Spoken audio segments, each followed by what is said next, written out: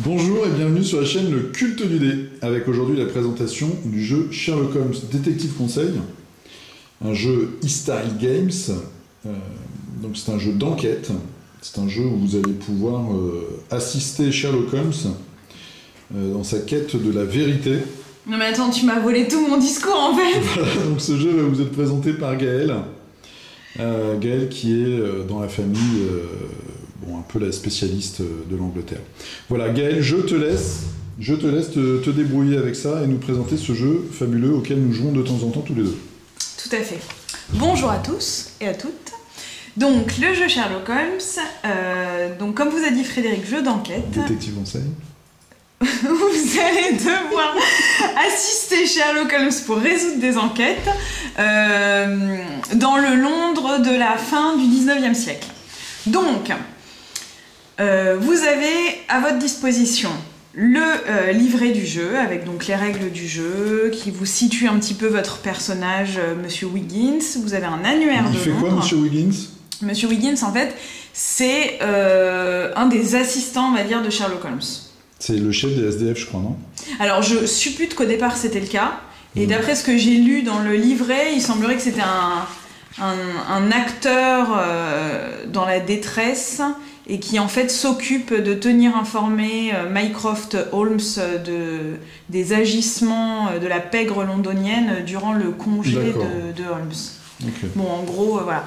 Donc un livret de règles, hein, ici, peu illustré. Hein, c'est du texte, je vois. C'est important ça de dire ça, tu vois. Voilà. Quelques pages, un livret de règles. Ensuite, qu'avons-nous, Gaël ? Ensuite, nous avons un annuaire de Londres. Donc, pourquoi ? Parce qu'au fur et à mesure de l'enquête que vous allez devoir mener, vous allez devoir vous rendre sur différents lieux. Donc, vous avez une carte où chaque lieu est numéroté comme vous pouvez le voir. Et vous allez devoir utiliser l'annuaire pour trouver les lieux ou les personnes sur lesquelles vous devez vous rendre ou que vous devez rencontrer. D'accord ? Donc dans l'annuaire, qu'est-ce qu'on a ? On a les noms de famille des gens qu'on peut chercher. Donc, tu as aussi la liste des hôtels, la liste des bibliothèques, etc. Restaurants, différentes associations sportives, tribunaux, etc. etc. Ensuite, nous avons les journaux. Donc, à chaque enquête menée, vous avez le journal du jour auquel se déroule l'enquête.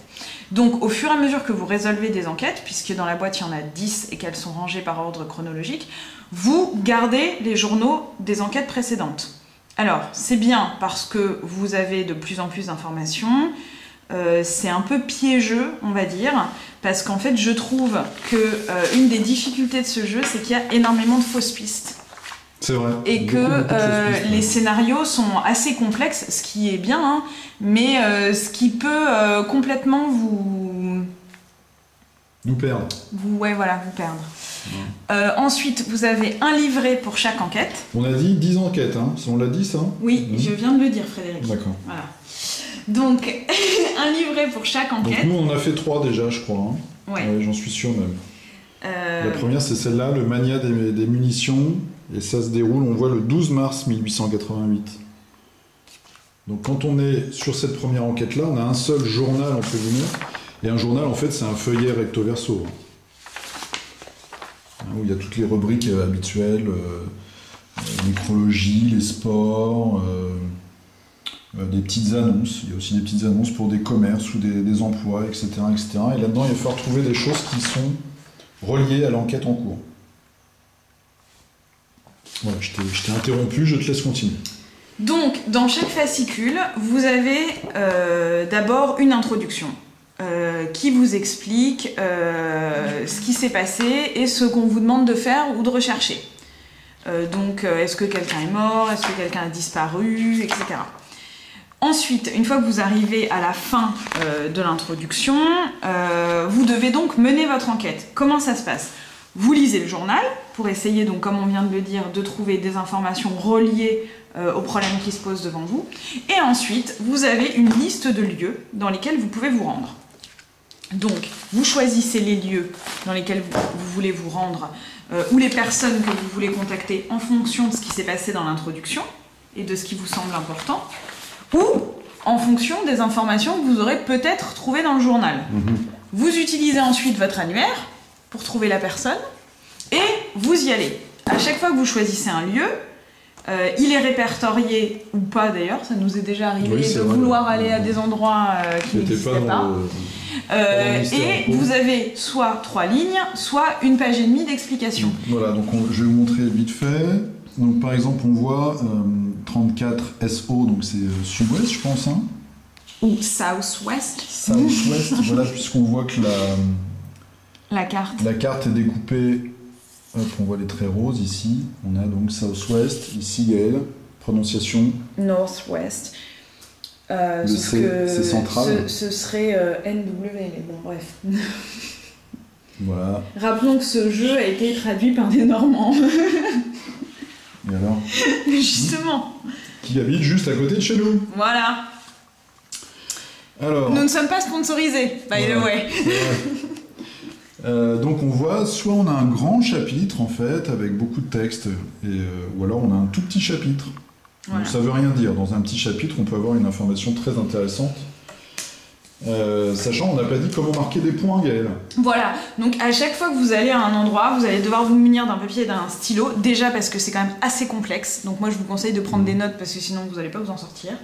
Et en plus, vous devez répertorier tous les lieux dans lesquels vous êtes rendu, puisque comment on compte les points, à la fin, quand vous pensez avoir résolu l'enquête, puisque c'est quand même le but. Voilà, à n'importe quel moment, hein, c'est les joueurs qui décident, ça y est, on a trouvé. Hein. Vous allez, donc montre pas, hein, parce que là ça. Ouais, non, ça mais les gens ne lisent pas. Les gens ne lisent pas. exactement, Tu sais, notre génération ne lit plus maintenant, les jeunes. Voilà, donc on a une série de questions en fait auxquelles il faut répondre. Par exemple, là, on peut la montrer celle-là. Qui a tué Courtney Allen? Voilà, bon, bah évidemment, j'ai montré la solution. Merci Frédéric pour ta participation. Et donc, on a une deuxième série de sous-questions, voilà. Parce qu'il y a des sous-mystères, on va dire, hein, et on marque des points. Le but étant, je t'ai coupé évidemment. Donc de répondre à toutes les questions correctement, voilà. Ce qui est à mon avis assez compliqué, et de non seulement y répondre, et en plus d'y répondre en se rendant dans le moins de lieux possible, et en tout cas en faisant moins de déplacements que Sherlock Holmes lui-même n'en a fait pour résoudre cette même énigme. Voilà. Donc généralement, nous, on était à 15 lieux et lui, il en avait 3, quoi. Oui, là, tu es un peu critique, un peu cruel avec nous, mais il y a aussi une version un petit peu joueur contre joueur, hein, parce qu'on n'est pas obligé de se donner les indices des endroits où on va, mais ça avait l'air un peu compliqué, donc nous, on n'a pas joué comme ça. Hein. Ah d'accord, non, nous, on a joué toujours ensemble, oui. Voilà. Donc on a dit, on a 10 enquêtes. On a fait les 3 premières. On a mis combien de temps, nous, pour faire les 3 premières? On met entre 1h30 et 2h pour résoudre les enquêtes. Après, ça dépend... Sachant qu'on doit lire le journal... Voilà, et ça dépend du sérieux que vous y mettez. Ça dépend aussi, au bout de combien de temps... voilà, au bout de combien de temps vous voulez... vous décidez d'avoir les réponses aux questions ou pas. Voilà. Et puis, il faut... des fois, on n'est pas d'accord sur les endroits où aller. Donc, il faut aussi essayer d'expliquer aux autres joueurs pourquoi on veut aller à tel endroit.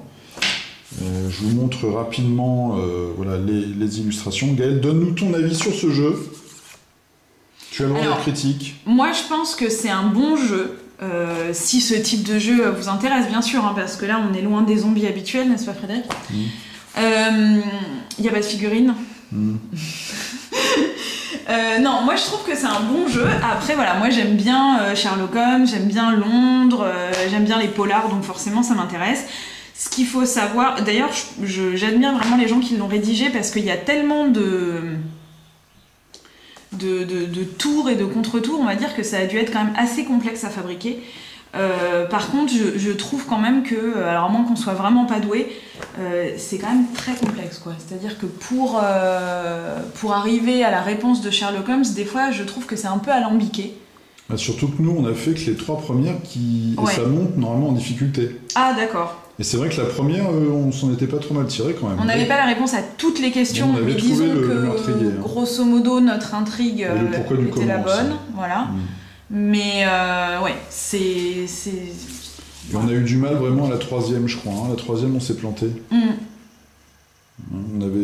Parce qu'en fait, on trouve des informations intéressantes, mais qui ne conduisent pas forcément à la résolution du mystère. Bah moi je trouve que ce qui est le plus marrant, c'est qu'en fait nous on était sûrs de notre truc, on avait une théorie qui tenait debout, Et en réalité, quand on a lu les réponses, c'était quelque chose de complètement autre. Donc c'est pour ça. Mais après, je trouve que voilà, si vous aimez cette atmosphère et ce type de jeu, je trouve quand même que c'est un jeu qui est plutôt bien fait. Hein. Ouais, c'est vrai qu'il est bien fait. Voilà. Après, il faut faire bien attention aux détails. Et c'est quand même plus marrant de le faire à plusieurs, hein, parce que déjà, on triche pas. Hein, moi, je ne triche jamais. c'est vrai. Ouais. Je gagne souvent, c'est tout. Mais et puis, c'est sympa, quand on a une idée, d'essayer aussi de convaincre les autres du bien fondé de cette idée, qui est parfois une erreur. On a dit le prix ou pas, Gaël ? 40 €. 40 € en pound. 30 environ. 40 €, 10 affaires, on a dit entre 10 et 50 heures, en gros. Oui. 10 et 50, non, je dis une bêtise, on joue pas 5 heures.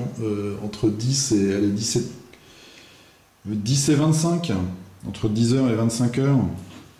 Voilà. Entre 1 et 8 joueurs et 12 ans et plus.